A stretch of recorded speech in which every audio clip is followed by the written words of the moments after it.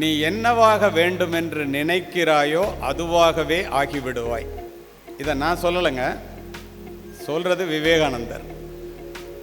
எவ் உயிர் எப்படி எண்ணின அவ் உயிர்க்கு அப்படி அளித்தருள் அருட்பெருஞ்சோதி என்கிறார் ராமலிங்க அடிகளார். ஒவ்வொரு உயிரும் தான் என்ன வேணும், தனக்கு என்ன ஆகணும்னு நினைக்குதோ அதன்படியே ஆயிடுவாங்க. இதை சொல்றது ராமலிங்க சுவாமிகள். பூமியில் இருப்பதும் வானத்தில் பறப்பதும் புது புது உலகமும் போய் வரும் தூரமும் அவரவர் எண்ணங்களே.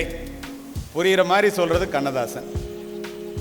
நீ எதை கேட்கிறாயோ அதைத்தான் வாழ்வு உனக்கு தருகிறது, அதனால் பெரிதினும் பெரிது கேள். பாரதி.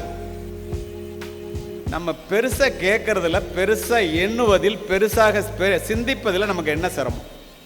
நம்ம என்ன நினைக்கிறோமோ அதுதாண்டா நடக்கும் அப்படிங்கிறது எல்லாருக்கும் தெரியும். எண்ணுகின்ற வாய்ப்பை கடவுள் எல்லோருக்கும் ஒரே மாதிரி கொடுத்திருக்கும் போது பெரிதாக சிந்திச்சு நம்மளால முடியும்னு நம்புறதுல உங்களுக்கு என்ன கஷ்டம்?